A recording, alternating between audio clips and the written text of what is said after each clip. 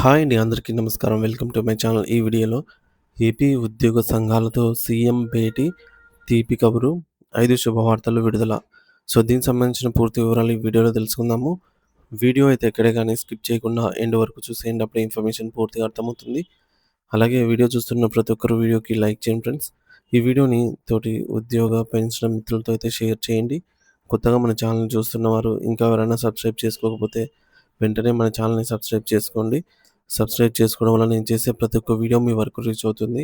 ఇక ఆలస్యం చేయకుండా వివరాల్లోకైతే వెళ్ళిపోదాము. ఫ్రెండ్స్, ఇక విషయానికొచ్చినట్లయితే ఆంధ్రప్రదేశ్ ప్రభుత్వ ఉద్యోగులకు శుభవార్త. గౌరవనీయులైన ముఖ్యమంత్రి శ్రీ నారా చంద్రబాబు నాయుడు గారు ఈ నెలాఖరులో రాష్ట్రంలో ఉద్యోగ సంఘాల ప్రతినిధులతో సమావేశం కానున్నారు. ఈ సందర్భంగా ఉద్యోగులకు సంబంధించి 5 కీలకమైన శుభవార్తలను అయితే ప్రకటించనున్నారు. ఈ నిర్ణయాలు ప్రభుత్వ ఉద్యోగుల సంక్షేమం, ఉద్యోగ భద్రత, వేతన పెంపు, పదోన్నతులు మరియు ఇతర ప్రయోజనాలకు సంబంధించి ఉండే అవకాశం అయితే ఉంది. ఈ మేరకు రాష్ట్ర ఉద్యోగులకు జీతాలను మరింత మెరుగుపరిచేలాగా పలు నిర్ణయాలైతే తీసుకోవడం గౌరవ ముఖ్యమంత్రి గారి ముఖ్య ఉద్దేశంగా ఉంది. మరి ఆ 5 కీలకమైన శుభవార్తలేంటో ఇప్పుడు తెలుసుకుందాము. మొదటిది DA, DR arrears payment. July 2018 నుండి జనవరి 2024 వరకు మొత్తం 232 నెలలకు సంబంధించిన డిఆర్‌ఎస్ అలవెన్స్ మరియు డిఆర్‌ఎస్ రిలీఫ్, డీఏ, డీఆర్ బకాయిలు పెండింగ్‌లో అయితే ఉన్నాయి.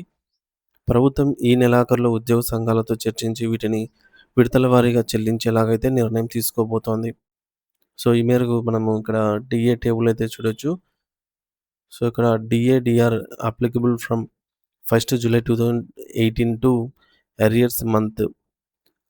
అరియర్ మంత్స్ అంటే జూలై 2018 నుంచి డిసెంబర్ 2020 వరకు ఉన్న 30 నెలల అరియర్స్‌కి గాను 1.82%తో ఈ అమౌంట్ అయితే రావాల్సి ఉంది. ఇదే విధంగా మనకు రిమైనింగ్‌గా అన్నీ చూసుకున్నట్లయితే ఆహ్, జనవరి 2024 వరకు డీఏ అయితే ప్రకటించడం జరిగింది.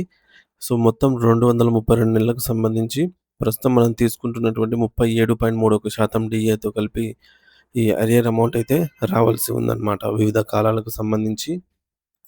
వీటిలో 2018 జూలై నుంచి ప్రభుత్వం కొన్ని విడతల డీఏలైతే 3 విడతల డీఏలైతే ఇష్యూ చేసిందన్నమాట. మిగతా వాటివి ఇంకా రావాల్సి ఉందన్నమాట. అలాగే ఈ యొక్క జనవరి 2024 డీఏకి సంబంధించి 3.64% అరియర్ అమౌంట్ ఏదైతే ఉందో అది ఈ ఏప్రిల్ నెలలో 10% రావాల్సి ఉంది. ఇంకా ప్రకటించవలసిన డీఏ జూలై 2024, జనవరి 2025, జూలై 2025, జనవరి 2026 4 డీఏలైతే పెండింగ్‌లో ఉన్నాయన్నమాట. ఇది డీఏ టేబుల్‌కు సంబంధించి మనకెంత అరియర్ అమౌంట్ రావాలనేది టేబుల్‌లో చూడొచ్చు. డీఏ, డీఆర్ బకాయిల పరిస్థితి. ప్రస్తుత ఆర్థిక పరిస్థితులను దృష్టిలో ఉంచుకొని ప్రభుత్వం ఒకేసారి కాకుండా విడతల వారీగా ఈ బకాయిలను విడుదల చేయనుంది. ఇందుకోసం ప్రతి నెల 4,000 నుంచి 5,000 కోట్ల రూపాయల కేటాయించే అవకాశం అయితే ఉంది. బేసిక్ పే ఆధారంగా డీఏ, డీఆర్ బకాయిలు జూలై 2018 నుండి డీఏ అరియర్స్ టేబుల్ ఇక్కడ స్క్రీన్ పైన అయితే చూడొచ్చు. వారి బేసిక్ పేని బట్టి ఎవరెవరికి ఎంతెంత అమౌంట్ రావాలనేది ఇక్కడ స్క్రీన్ పైన అయితే చూడొచ్చు ఫ్రెండ్స్. ఈ వీడియో అయితే పాజ్ చేసి మీ యొక్క బేసిక్ పే దగ్గర చెక్ చేసుకోగలరు.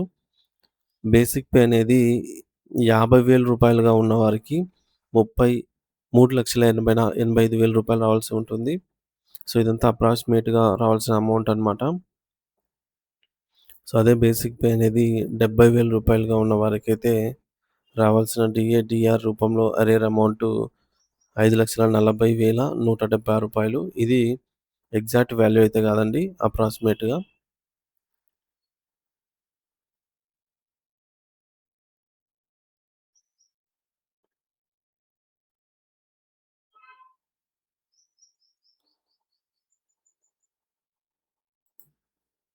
ఈ విధంగా డీఏ అరియర్స్ చెల్లింపు విధానం వచ్చేసి ప్రభుత్వం ఒకేసారి మొత్తం చెల్లించడం కాకుండా తక్కువ మొత్తంలో విడతల వారీగా అయితే చెల్లించనుంది. ఉద్యోగ సంఘాలతో చర్చించి తుది షెడ్యూల్ అయితే ప్రకటించనుంది.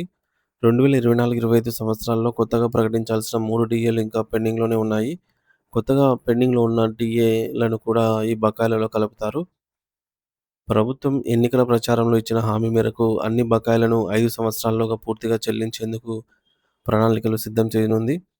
డీఏ, డీఆర్ చెల్లింపుల తాజా సమాచారం. ప్రస్తుతం ప్రభుత్వ ఉద్యోగులు, పెన్షనర్లు ఈ యొక్క డీఏ, డీఆర్ రూపంలో 25,00,00,000కు పైగా 25,000 కోట్లకు పైగా బకాయిలైతే ప్రభుత్వం బకాయి పడింది. అయితే వీటిని విడతల వారీగా చెల్లించేందుకు ప్రభుత్వం చర్యలు తీసుకుంటోంది. కూటమి ప్రభుత్వం అధికారంలో ఉన్న ఈ 5 సంవత్సరాల్లో అంటే కూటమి ప్రభుత్వం అధికారంలోకొచ్చి దాదాపు 2 సంవత్సరాలు గడిచిపోతోంది. సో, మిగిలిన కాలంలో ఈ మొత్తం బకాయిలను పూర్తి స్థాయిలో చెల్లించేలాగా అయితే లక్ష్యం పెట్టుకుంది. ఇక రెండవ శుభవార్త ఏందంటే పీఆర్సీ అప్డేట్స్. ఏపీ ఉద్యోగ, ఉపాధ్యాయ పెన్షనర్లకు 12వ పీఆర్సీపై తాజా సమాచారము. కదలిక మొదలైనది. ఏపీ ఉద్యోగులకి గుడ్ న్యూస్. ఆంధ్రప్రదేశ్ ఉద్యోగులకు ప్రభుత్వం శుభవార్త తెలిపింది. ఉద్యోగులకు ఇచ్చిన హామీలను నెరవేర్చేందుకు కసరత్తులు ప్రారంభించింది. ఈ నెలాఖరులో అన్ని ఉద్యోగ సంఘాలతో ముఖ్యమంత్రి చంద్రబాబు నాయుడు గారు చర్చించనున్నారు. ఈ మేరకు వారితో చంద్రబాబు నాయుడు గారైతే భేటీ కానున్నారు. సో, మొత్తానికి 12వ పీఆర్సీ అమలు జరిగితే కొన్ని లాభాలు అయితే ఉంటాయండి. సో, న్యూ బేసిక్ పే అనేది వస్తుంది. అలాగే హెచ్ఆర్ఏ పెరుగుతుంది. బేసిక్ పే ప్రకారంగా పీరియాడికల్ ఇంక్రిమెంట్స్ అయితే పెరుగుతాయి. అదేవిధంగా అడిషనల్ క్వాంటమ్ ఆఫ్ పెన్షన్‌లో కూడా మనకు ఆహ్, మునుపటిలాగా రిస్టోరేషన్ అయితే చేసే అవకాశం అయితే ఉంది. 70 సంవత్సరాలు పైబడిన వారికి 10% ఈ విధంగా. ఇకపోతే డీఏల రేటు, టీఏల రేటు కూడా పెరుగుతుంది స్కేల్‌ని బట్టి. మొత్తం మీద 12 పీఆర్సీ అమలు జరిగినట్లయితే ఉపాధ్యాయులకు మరియు ఉద్యోగులకు మరియు పెన్షనర్లకు కూడా అందరికీ బెనిఫిట్ ఉంటుంది అనైతే ఖచ్చితంగా చెప్పవచ్చు. ఇకపోతే మూడోది ఐఆర్ అప్డేటు. సో, ఉద్యోగులకు, పెన్షనర్లకు కూటమి ప్రభుత్వం ఎన్నికల మేనిఫెస్టోలో ఇచ్చిన వాగ్దానం ప్రకారం ప్రభుత్వ ఉద్యోగులకు కూటమి ప్రభుత్వం వచ్చిన వెంటనే ఐఆర్ ప్రకటిస్తామని. సో, ఈ విధంగా 30% తగ్గకుండా ఐఆర్ ప్రకటించాలని ఉద్యోగ పెన్షనర్స్ కోరుతున్నారు. 30% ఐఆర్ ప్రకటించినట్లయితే వారి వారి బేసిక్ పేని బట్టి ఎంత అమౌంట్ పెరుగుతుందనేది టేబుల్‌లో చూడొచ్చు. సో, రూ. 25,000 బేసిక్ పే ఉన్నవారికి 75,000. సో, ఈ ఐఆర్ అనేది నేరుగా ఈ యొక్క గ్రాస్ నెట్ అమౌంట్‌లో కలుస్తుందనమాట. ఐఆర్‌లో ఎటువంటి డిడక్షన్స్ ఉండవు.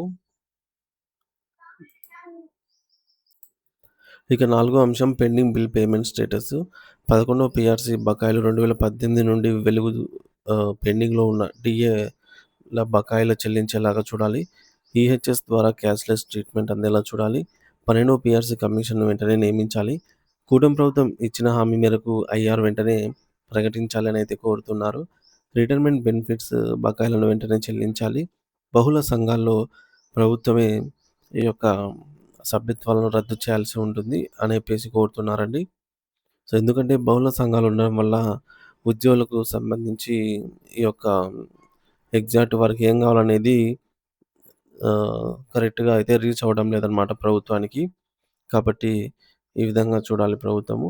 ఇక అన్ని జిల్లా హెడ్ క్వార్టర్స్‌కు 16% హెచ్ఆర్ఏ ప్రకటిస్తూ ఉత్తర్వులు విడుదల చేయాలి. గత ప్రభుత్వ హయాంలో తీవ్రంగా నష్టపోయిన ఉద్యోగ వర్గానికి న్యాయం చేయాలి అని చెప్పేసి కోరుతున్నారు. అలాగే ఉద్యోగుల దీర్ఘకాలిక సమస్యలు పరిష్కారానికి ప్రభుత్వం చొరవ చూపాలి. గత ప్రభుత్వ హయాంలో ఉద్యోగులు, పెన్షనర్లు తీవ్రంగా నష్టపోయారు.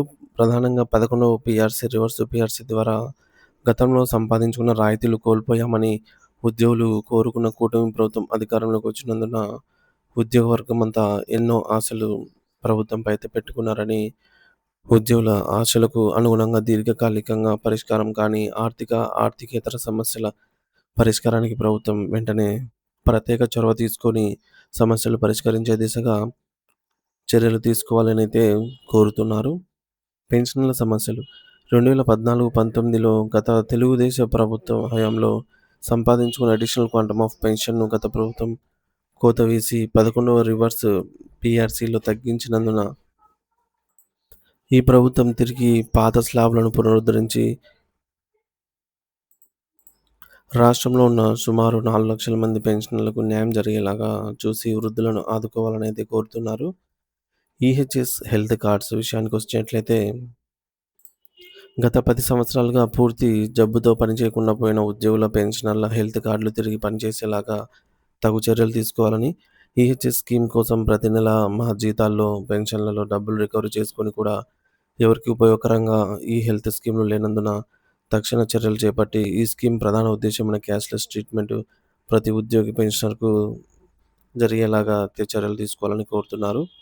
మహిళా ఉద్యోగులకు కేంద్ర ప్రభుత్వం మహిళా ఉద్యోగులతో సమానంగా చైల్డ్ కేర్ లీవ్స్ ప్రకటించాలి అని, అంటే ప్రస్తుతం రాష్ట్ర ప్రభుత్వం మహిళా ఉద్యోగులకు ఇస్తున్న 6 నెలల చైల్డ్ కేర్ లీవ్‌ను కేంద్ర ప్రభుత్వ ఉద్యోగులతో సమానంగా 2 సంవత్సరాలకు పెంచాలని కోరుతున్నారు. ఇక ఐదవది ఏంటంటే ఖాళీలు భర్తీ, కారుణ్య నియామకాలు, రెగ్యులరైజేషన్ ప్రక్రియ.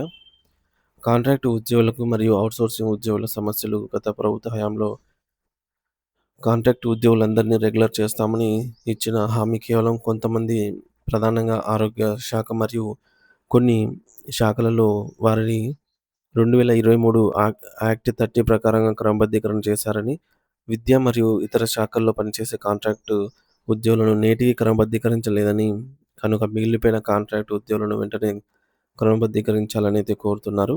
అలాగే రాష్ట్రంలో రెగ్యులర్ ఉద్యోగులతో సమానంగా పనిచేస్తున్న సుమారు 1,00,000 మంది ఔట్‌సోర్సింగ్ ఉద్యోగులు ఆప్కాస్ కార్పొరేషన్ ద్వారా జీతాలు పొందుతూ ఉన్నారు.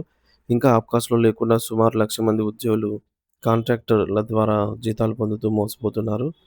కావున వీరందరూ ఉద్యోగ భద్రత కల్పించేలా చర్యలు తీసుకొని, వీరందరికీ కూడా రెగ్యులర్ ఉద్యోగులతో సమానంగా పనిచేస్తున్న ఔట్‌సోర్సింగ్ ఉద్యోగులందరికీ సమాన పనికి సమాన వేతనం ఇచ్చేలాగా చర్యలు తీసుకోవాలని, అలాగే ఉమ్మడి మేనిఫెస్టోలో ఇచ్చిన హామీ మేరకు ప్రభుత్వ సంక్షేమ పథకాలు కూడా ఈ చిరు ఉద్యోగులకు వర్తించేలాగా ప్రభుత్వం చర్యలు తీసుకొని చిరు ఉద్యోగులను ఆదుకోవాలని కోరుతూ ఉన్నారు. ఇక ఉద్యోగులు మరియు పెన్షనర్లకు చెల్లించాల్సిన బకాయిలు చూసుకున్నట్లయితే 11వ పీఆర్‌సీ బకాయిలు, డీఏ అరియర్స్, అలాగే పదవి విరమణ చేసిన తర్వాత వచ్చే బెనిఫిట్స్ సకాలంలో రావటం లేదు. వాటిని చెల్లించాలని కోరుతున్నారు. అలాగే ఉద్యోగుల అవసరాల కోసం దాచుకున్న ఏపీజీఎల్ఐ పీఎఫ్ అమౌంట్స్ రీసెంట్‌గా ప్రభుత్వం అయితే రూ. 7,000,00,00,000 విడుదల చేసిందనమాట. అందులో ఏపీజీఎల్ఐ పీఎఫ్, అలాగే ఈ జీఐఎస్ అమౌంట్‌కి సంబంధించి కూడా ఉన్నాయి. ఎస్ఎల్స్ కూడా జమ అవుతున్నాయండి పోలీసు వారికి సంబంధించి. సో, మొత్తానికైతే ఈ యొక్క ఆర్థికేతర సమస్యల పట్ల ఈ నెలాఖరులో సీఎం ముఖ్యమంత్రి చంద్రబాబు నాయుడు గారు ఉద్యోగ సంఘాల ప్రతినిధులతో సమావేశంలో పాల్గొని ఒక నిర్ణయం అయితే తీసుకోవడం జరుగుతుందనైతే సమాచారం అందుతోంది.